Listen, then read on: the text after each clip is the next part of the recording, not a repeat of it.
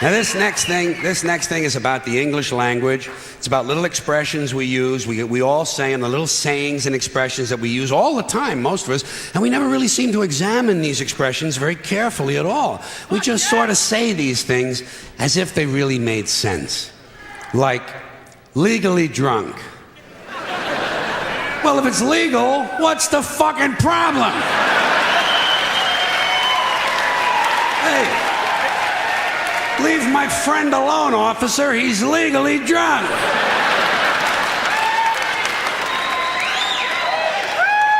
You know you can stick it. Well, why do we always assume everyone knows where they can stick it? Suppose you don't know. Suppose you're a new guy. You have absolutely no idea where to stick it. I think there ought to be a government booklet entitled Where to Stick It. Now that I think of it, I believe there is a government booklet like that. They send it to you on April 15th.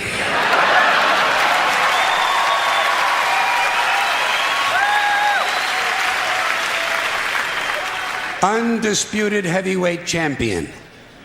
Well, if it's undisputed, what's all the fighting about?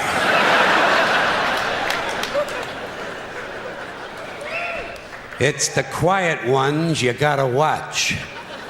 You know that one, huh? Every time you see a story about a serial killer on TV, what do? They bring on the neighbor. And the neighbor says, well, he was always very quiet. And someone in the room says, it's the quiet ones you gotta watch. This sounds to me like a very dangerous assumption. I will bet you anything that while you're watching a quiet one, a noisy one will fucking kill you.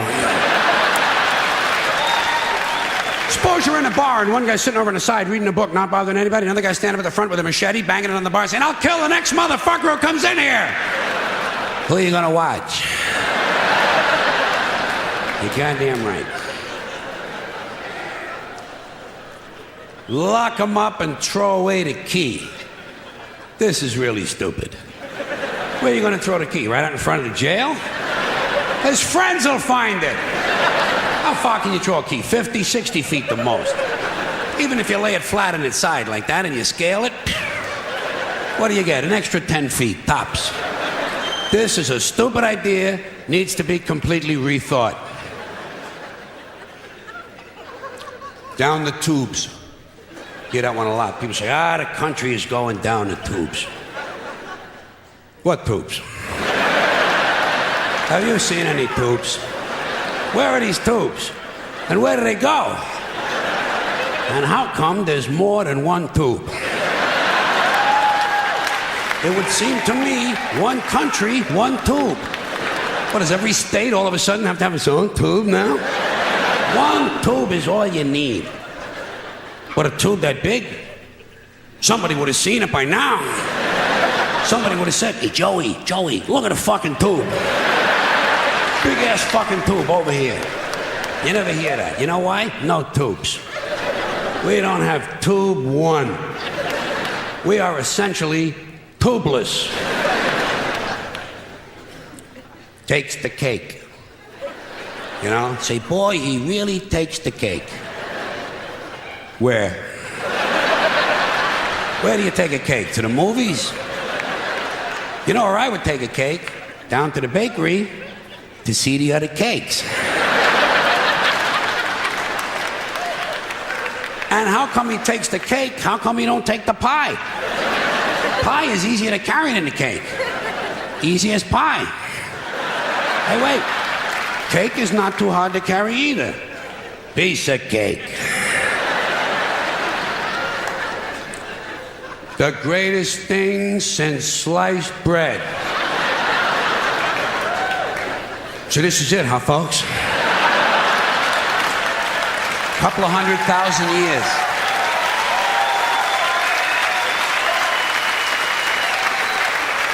The fucking pyramids, for Christ's sakes. Panama Canal, the Great Wall of China. Even a lava lamp. To me, is greater than sliced bread. What's so great about sliced bread? You got a knife, you got a loaf of bread, slice the fucking thing!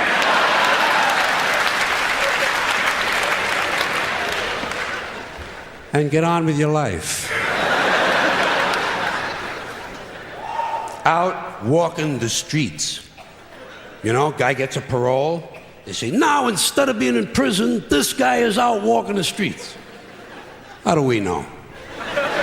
Maybe the guy's home banging the babysitter. Not everybody gets a parole is out walking the fucking streets. A lot of times they steal a car, you know. And we ought to be glad. Thank God he stole a car. At least he's not out walking the streets.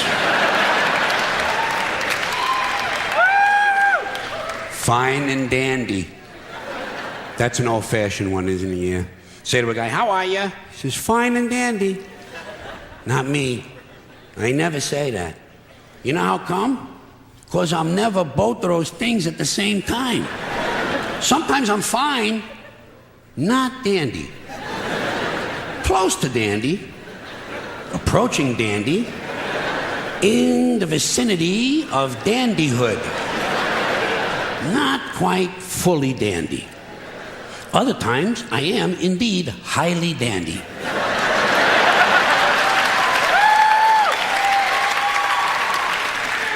However, not fine. One time, 1965, August, for about an hour. I was both fine and dandy at the same time. But nobody asked me how I was. And I could have told him. I could have told him.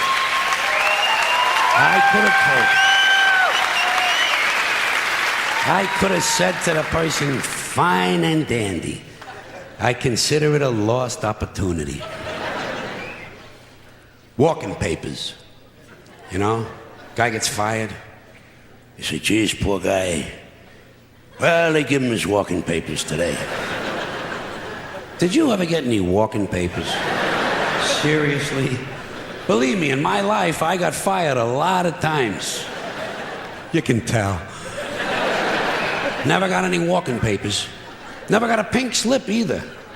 You know what I would get? A guy would come around to my desk and say, get the fuck out of here!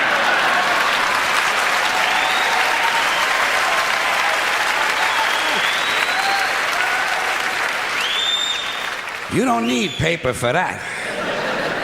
It's like the Riot Act. The Riot Act. They keep telling you they're going to read that to you. Have you heard this thing at all? Especially when you're a kid, they threaten you. You wait till your father comes home, he's going to read you the Riot Act. Tell him I already read it myself. And I didn't like it either. I consider it wordy and poorly thought out. He wants to read me something. How about the Gentleman's Guide to the Golden Age of Blowjobs?